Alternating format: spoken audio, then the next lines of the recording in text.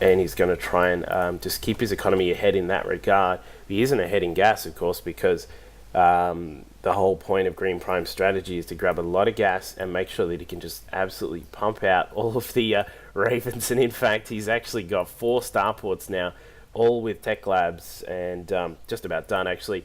And he's going to try and just get so many Ravens that even a whole bunch of Thors could not handle all of the Ravens that are roaming around on the map. As we can see here, this base still lacking a little bit in its saturation. That's part of the problem that GreenPine has just at the moment. If he can get some more saturation up, he can actually get all of these starports pumping really hard. As we can see, we've got another mech force moving up here to the 12 o'clock expansion of GreenPine, and he's going to try. He's doing it a little bit differently.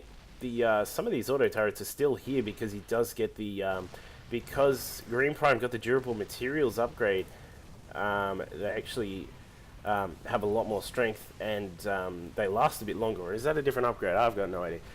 No one ever gets it. But Ravens putting down some more auto turrets here. The Thors are trying to go to work on all of the Ravens, but there are just so many Ravens here with all of their energy, and they're going to spread out and just absolutely smash through all of these mech units. This is amazing to see. This is actually really, really cool, given how boring TVT usually is. And there's a couple of Thors still here. Some of the Ravens, there's not too much energy left on the Ravens. Most of them sort of just hanging around. They're going to try and put a few more down. Point defense drone, really clever use there of the point defense drone by GreenPine just to cover the Thors anti-air shots. And the Ravens are just going to fly in here, put down turrets everywhere, and just looks like he might be able to fend off all of these tanks. He's got the Thors down. And now just the siege tanks left, but actually not too much energy left on the Ravens. But we've got a couple of Vikings here as well. Finally, we get to see some Vikings coming from the blue player. GreenPine's taken the gold expansion while all of this has been happening. Some nice mech movement here by blue. He's going to just move these tanks up slowly, a bit of Brood War style leapfrog. He's actually going to take the gold, his side of the gold expansion himself as well. These siege tanks are just going to use their advantage of the long range to go to work on all of the SCVs that were here, and also the planetary fortress. More Ravens coming in. Obviously they do have the Corvid reactor, so they do have a lot more energy than they normally would, and they have just dropped down a whole bunch of auto turrets, and all of those auto turrets are just going to clean up all of the siege tanks that were here. Sorry, I went to bed at 4 o'clock, so I'm really, really tired. Which is why I was a bit concerned about casting this game, because as a TVT, generally you'd fall asleep anyway, despite having gone to bed really late. But we've got all of these Ravens coming out here. He's got still more Ravens on the way as well. We've got another mech force from blue moving down to the 6 o'clock expansion here. He's probably going to be able to take out both of these if he uses some nice positioning. The tanks are going to get in range here of, firstly, this planetary fortress, and they're going to siege up and probably try and take care of both of them at the same time. He's going to move them just up the ramp here. I think that's just out of position. No, it's not. This planetary fortress is actually going to take out both of these tanks. So there's some more Ravens coming across as well, dropping down some auto turrets. There they go again. More auto turrets coming down to defend both of these expansions. Interesting to note that essentially this whole game has been about Raven defense at every single point, because that's really all that he has. He's grabbed even more starports. He's got a total of 8 starports now, which if he can keep his economy going, is going to absolutely give him the ability just to pump through all of these Ravens and just get them out and get them able to defend. This is such an awesome strategy here by GreenPine. This part, we've got some more auto turrets going down. You'll see that the auto turrets can also shoot air once the ground units are dead. And there they go. They absolutely tear through all of these armored units, even though they don't actually have any bonus. I believe it's just the weapon speed is that they can just shoot through everything really, really fast. So we've got not too much happening over here. These 2 racks just hanging out here. I'm not really sure why he's even. I don't even see the point of really scouting with these. He knows what's going on. You'll also see that GreenPine actually has 3 sensor towers hanging out on the map as well. So some interesting use of pretty much everything here by GreenPine. Is going to give a go at everything, it seems, with the Ravens and the sensor towers. Both of these players, I've just noticed, none of them actually have, well, initially they had rally points onto their minerals, but nothing else other than that. All of the expansions seem to not have rally points for the blue player, but these Thors are going to hang up here on the high ground and give some vision to the Vikings and also the tanks. The tanks here are going to go to work on these auto turrets. I think that's another interesting advantage of this build, if you can call it that. I'm not even sure if he just planned on it being some build, but the auto turrets have so much life that they actually just hang around for so long, and they just take a lot of hits before they die.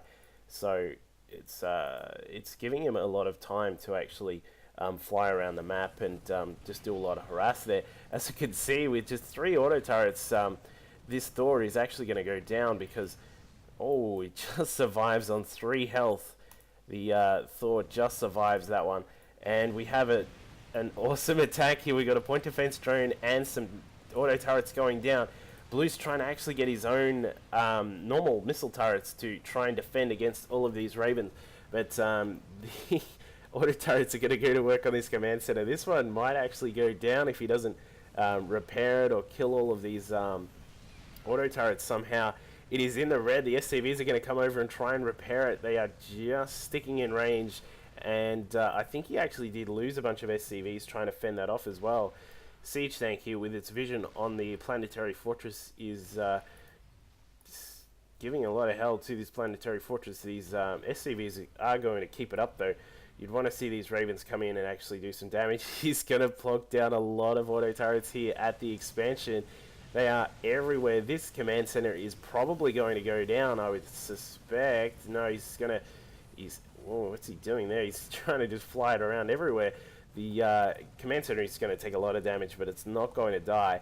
But just all of this constant harass by these Ravens by GreenPine is just keeping Blue on his toes. He really has no time to keep his SCVs at the mineral lines and keep it saturated, just because these Ravens are just going to fly around constantly and just do so much damage with the auto turrets, given that these auto turrets seem to just absolutely tear through everything. This planetary fortress is not going to go down. As I said, the SCVs, once they are on the planetary fortress, they keep it alive, given how much damage the planetary fortress does, unless there are a lot of enemy units. All these auto turrets go down, and they are going to, I would suspect this is just going to be an absolute walkover with all of these auto turrets. There are, I would say, that there's like 16 auto turrets just around this particular section of the map, and they have torn through all of the siege tanks, and they are now just going to finish off these Thors. And the Thors are going down. One last one left, but that one is just going to survive because it's just out of range. But this command center is also going to burn down. Blue has not actually tried to repair that. I think he's lost a lot of his SCVs, which is the reasoning behind that not being repaired here, and that is about to fall out of the sky. Really want to see some use of these barracks from Blue, given that he's not using them. And I mean, yeah, sure, you can use them just for scouting purposes, but leaving 2 here, that's not really scouting much at all, given that there's not really too much happening in this side of the map. But we'll have to see what he does with that. I'd just like to see some, even if it's just to plonk them down here in the smoke, grab some marauders and just actually try and attack some of these expansions, just to try and slow down the gas income of GreenPine, because as we can see, GreenPine has so many refineries, and he's actually just going to get, he's sitting on there of 1,200 income of gas. So that's why he's able to stay ahead with all of these Ravens. We also have a total of 27 Ravens here. We've got some being repaired, which is really clever by GreenPine, given that he really doesn't want to lose the investment of the 100, 200 that it costs to build the Ravens. And they are going to fly around and build up some energy. We've now got 30 ravens coming out. He is absolutely just it's like a production line, and he's actually just slamming through all of these starports, just constantly pumping out ravens, and we're probably going to see a just mass raven victory here, just purely because of the fact that Blue is actually just having such a hard time countering this. He's going to try and put down some turrets here at the expansion. These siege tanks are going to be in real trouble if they get surrounded with these auto turrets. That's something I noticed as well, is that you can get a really good surround with the turrets, and then the units have to actually fight their way out, which just is really hard to do from the looks of it.